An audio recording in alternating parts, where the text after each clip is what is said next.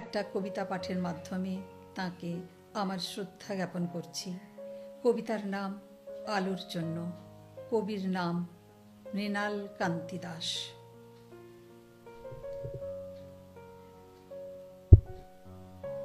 অন্ধকারের মধ্যে মেঠো পথ ধরে দ্রুত হেঁটে আসছিলেন বিদ্যাসাগর।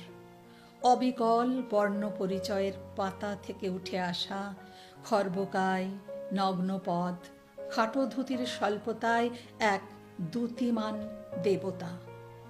চিনতে একটুও অসুবিধা হলো না আমার।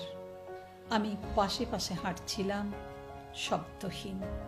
সাহস হচ্ছিল না কথা বলার। যদি মুখ ফিরিয়ে নেন, যদি মূঢ় শূন্য গর্ভ আত্মবিস্মৃত বাঙালির এক প্রতিনিধিকে দেখে লজ্জিত হন, যদি হাওয়ার মধ্যে হঠাৎই মিলিয়ে যায় তার ছায়া শরীর, যদি গাছের ফাঁক থেকে ছিটকে আসা এক চিলতে তারার আলোয় হঠাৎই তিনি দেখতে পেলেন আমাকে, জিজ্ঞাসু চোখ মেলে তাকালেন, গভীর বাংময় সেই দৃষ্টিতে কোনো ক্ষোভ নেই। আমি নিচু হয়ে তার দু পায়ের ধুলো নিলাম।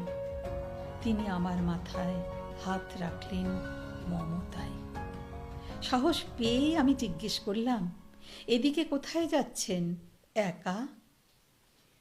আমার দুঃসাহসে রাগ করলেন না বিদ্যাসাগর। মৃদু হাসলেন, বললেন, আলো খুঁজতে যাচ্ছি বাবা। এই পোড়া অন্ধকার দেশে একটা আলোর যে খুব দরকার। আমি আবারও জিজ্ঞেস করলাম, আপনি এখনো আমাদের কথা ভাবেন?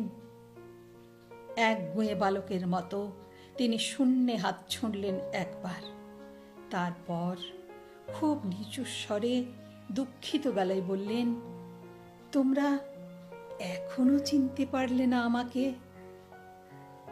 শেষের দিকে তার গলার স্বর ভারী হয়ে এলো। হাঁটতে হাঁটতে অনেক দূর চলে এসেছিলাম আমরা। ফিরে আসবো কিনা ভাবছিলাম। আমার মনের কথা বুঝতে পেরেই যেন বিদ্যাসাগর দাঁড়ালেন, বললেন, যাও, ফিরে যাও এবার। পরিব্রাজকের কোনো সঙ্গী থাকতে নেই। তুমি একটু আগে জিজ্ঞেস করছিলে না একা কোথায় যাচ্ছি? এই চির চেনা ভারতবর্ষে তো আমি চিরকালই একা, বন্ধুহীন।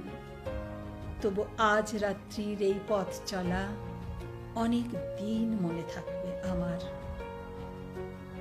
হঠাৎই ঘুম ভেঙে গেল আমার, অনেক কালের ঘুম। আমি খুঁজতে থাকলাম তাকে, আর আমার সামনেই খোলা বর্ণ পরিচয়ের পাতায় পাতায় আলো, হাওয়া, রোদ্দুর লেগে শোভিত হয়ে উঠলেন একাকী বিদ্যাসাগর।